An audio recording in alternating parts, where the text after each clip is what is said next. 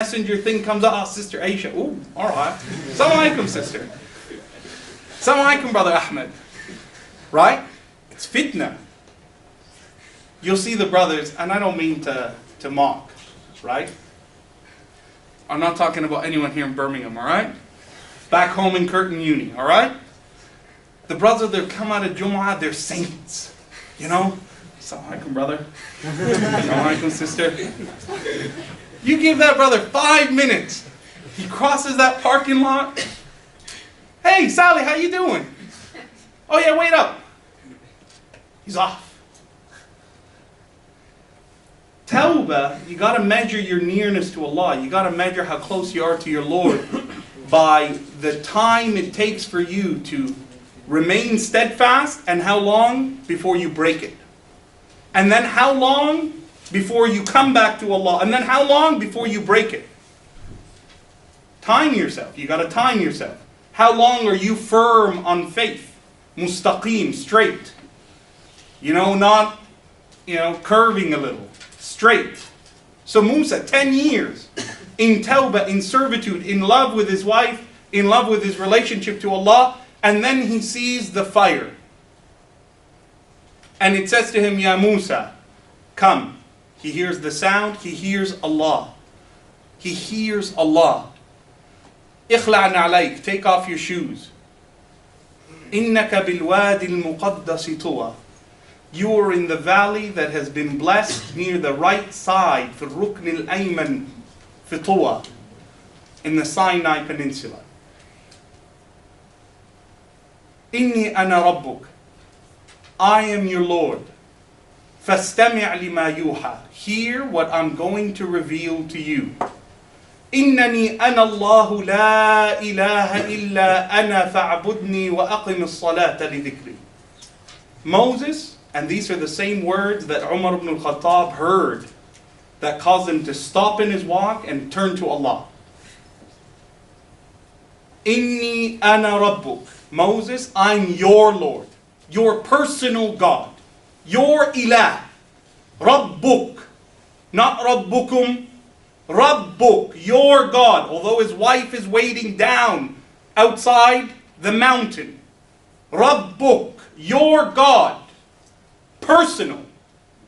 I'm here for you. I hear you, I see you, I protect you.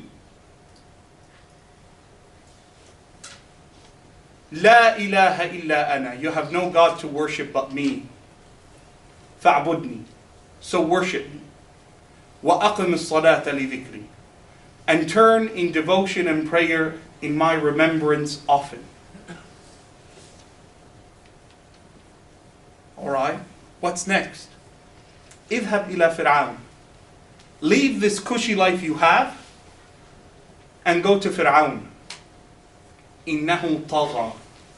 That word in Arabic, it's a powerful word. Any word that has a shadda, any letter that has a shadda, the emphasis that is put, you know what shadda is, right? Shadda, strength. And that's another beautiful lesson in the Quran. You can't translate that strength. It's part of the oral tradition of the Quran. You can't translate إِذَا جَاءَتِ الطَّامَّةُ الْكُبْرَى. You can't read that طَامَّةُ الْكُبْرَى in any other way. طَامَّةُ الْكُبْرَى means the tremendous catastrophe of the Day of Judgment. And to say catastrophe and tremendous, you just elongate it and stress it. طَغَى. طَغَى in Arabic means exceeded his defined boundaries. What did Pharaoh do? He said to the people, مَا عَلِمْتُ لَكُمْ إِلَهًا غَيْرِي. You have no God to worship but me. أَلَيْسَ لِي مُلْكُ مِصْرَ. Look, people of Egypt, don't you see everything in Egypt is mine? These rivers, they flow when I tell it to flow. Pharaoh, he used to say to them, if you don't give me your virgin young women to throw in the Nile, you're not going to have any water. So every year they bring them virgin, it's like the Mayans and stuff. They would sacrifice their virgin, throw them in the Nile. And that continued all the way up to when Muslims entered Egypt. Until Umar ibn al-Khattab radiallahu anhu wrote a letter. And he told Amr ibn al-As, tell the Egyptian people that they're no longer going to throw anyone in the river, and tell them to throw this piece of paper. And the piece of paper said, Ya Nahra Misr, O Nile of Egypt, if you flow by the command of Allah, then keep flowing. If you flow by any other one's command, we don't want your water. The Nile flowed, right? Tagha, he exceeded all bounds. The rivers are mine, your life is mine, everything you have is for me, for Pharaoh. Go to him. But what should you say? فَقُلْ لَهُ قَوْلًا لَيِّنًا. But speak to him softly. لَعَلَّهُ يَذَّكَّرَ أَوْ يَخْشَى. Perhaps, if you speak to him nicely and softly, maybe he'll ponder what you say and actually have some consciousness. Pharaoh, who I just described, who tells people worship me, is going to have consciousness. Allah gives Musa that hope. He comes to Pharaoh, Pharaoh rejects. Musa finally, 9 ayat, 9 major signs brought down upon Egypt and Fir'aun, until Pharaoh says, take your people and leave. Asri biqita'in min al-layl. Run away in the middle of the night, Musa, with these people who have believed in me. Pharaoh corners them near the water. And Allah saves them, as we've read in the Quran, for some of us, seen in the movie. They cross. Fir'aun, which is not in the movie, Fir'aun, his soldiers, his whole administration is drowned. وَهُوَ مُلِيمٌ. And the blame is on Pharaoh. Now what does Musa do? Could you imagine here all of a sudden, you're in a dominant position. You've just killed the greatest tyrant known at that moment in civilization. You've killed him and his army and his ministers. And you've done it with the people that were worshipping him as their God, seeing that he's not God because he's just drowned. Did Musa go back and become governor of Egypt? Which is what you and I would do, right? I'd be the first one. Where's that milk and honey they're talking about? Where's that gold? Look, I killed your Pharaoh, man. I'm the new boss. I'm the man in charge. You worshipped him. I don't want you to worship me. Worship Allah. But I'm governing you. No.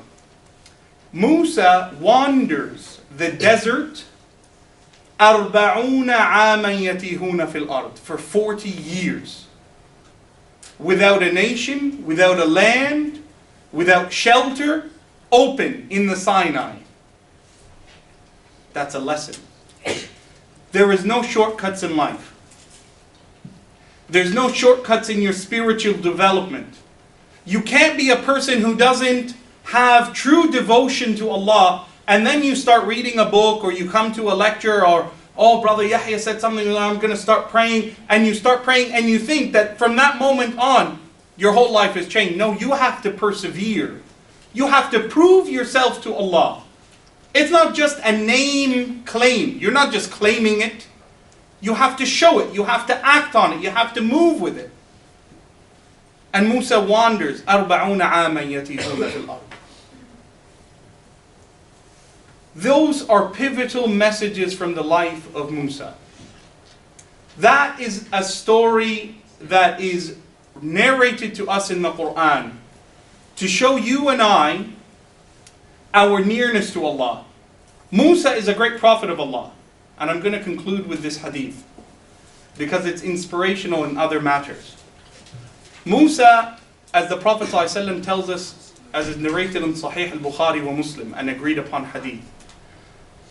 The Prophet ﷺ says, سَأَلَ مُوسَى بْنِ عِمْرَانَ رَبَّهُ. Moses asked his Lord, spoke to his Lord and requested, Ya Rabb, ma adna ahlul jannati manzila. Our Lord, O Allah, what's the lowest level in paradise? You know, what's minimum wage?